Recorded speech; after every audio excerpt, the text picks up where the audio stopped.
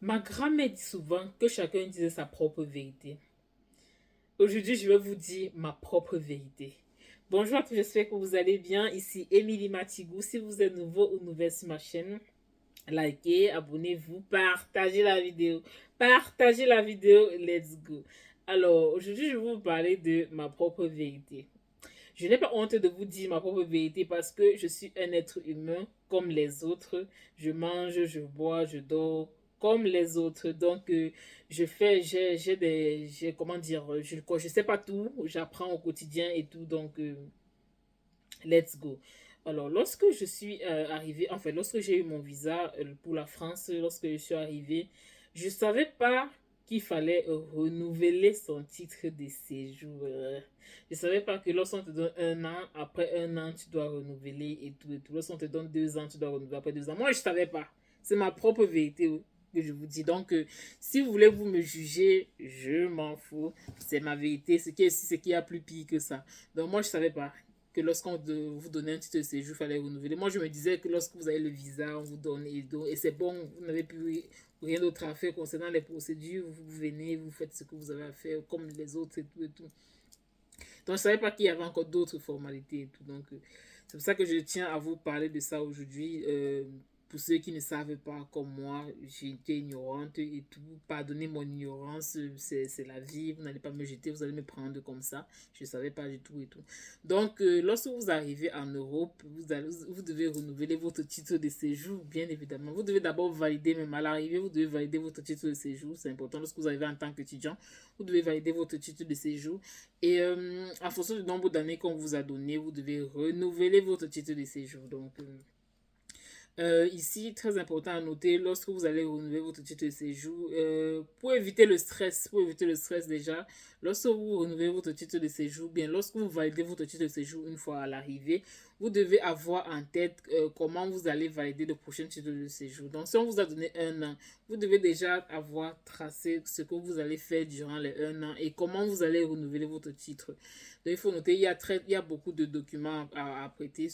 En tant qu'étudiant, vous avez plusieurs documents à prêter, que ce soit les documents, le logement en français, c'est primordial.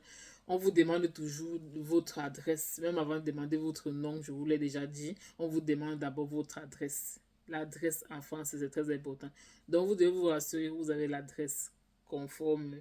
Vous devez vous assurer que vous avez les ressources nécessaires. Parce que bien sûr, vous n'avez pas le travail, si vous êtes étudiant et que vous n'avez pas un job étudiant, vous devez avoir au moins un boulot. Vous devez avoir au moins vous devez avoir au moins des fonds en fait.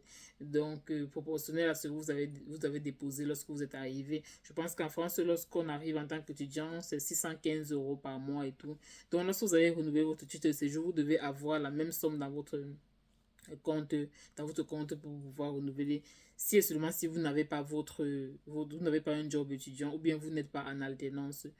Bon, à noter que la première année en France, vous ne pouvez pas faire d'alternance. Vous ne pouvez faire qu'en initial, mais à partir de la deuxième année, vous pouvez faire l'alternance. L'alternance, comme je l'ai dit dans mes précédentes vidéos, c'est vous trouvez une entreprise qui non seulement vous paye, votre scolarité, mais vous paye aussi par mois. Donc, c'est ça. Vous alternez pardon, entre l'entreprise et l'école. Donc, c'est ça l'alternance. Donc, si vous n'avez pas une alternance, si vous avez une alternance, c'est bon, vous allez montrer vos fiches de paye, ou bien vous faites un job étudiant, vous allez montrer vos dernières fiches de paye et ça passe. Donc, vous devez bien sûr avoir l'attestation de réussite de votre école.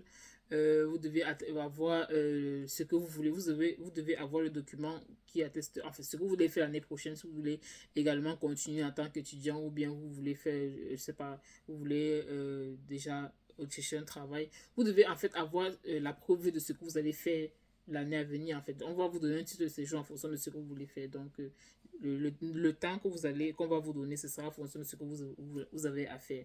Donc, très important. Donc, moi, je savais pas qu'il fallait apprêter tout ça, il fallait renouveler, je savais pas du tout. C'est sur le territoire que j'ai su, qu'on m'a dit, moi, je savais pas du tout. J'étais très, très, très, très, très ignorante en venant en France. Donc, mais aujourd'hui, ça va. Je suis moins ignorante, j'ai évolué et tout et tout. Donc, c'est ça la vie. On apprend, on ne connaît pas, on apprend. c'est ça la vie. Donc, vous devez savoir tout ça pour ne pas stresser, oui. Parce que le renouvellement de titre de séjour, c'est une chose qui stresse. Parce que vous ne savez pas ce qui va vous bloquer, vous ne savez pas sur quoi vous serez buté. Donc, le plus important ici, c'est de réunir tous les documents nécessaires à temps. Et de le renouveler de préférence 3 mois ou 2 mois et demi avant la date d'expiration. Là, vous serez tiré d'affaire parce que vous avez laissé le temps nécessaire au traitement de votre dossier. Et ce qui est sûr, c'est que si vous êtes en règle, vous avez les documents nécessaires, les fonds nécessaires, vous allez renouveler votre titre de séjour sans problème. Ça va passer comme une lettre à la poste, bien évidemment. Et si vous n'avez pas trouvé le travail, si vous êtes en situation d'APS et vous n'avez pas trouvé le travail, si vous ne voulez pas engager les procédures qu'on connaît, vous allez, bien évidemment, vous pouvez trouver une admission dans une autre université, dans un autre pays. C'est aussi possible. Je n'ai rien dit.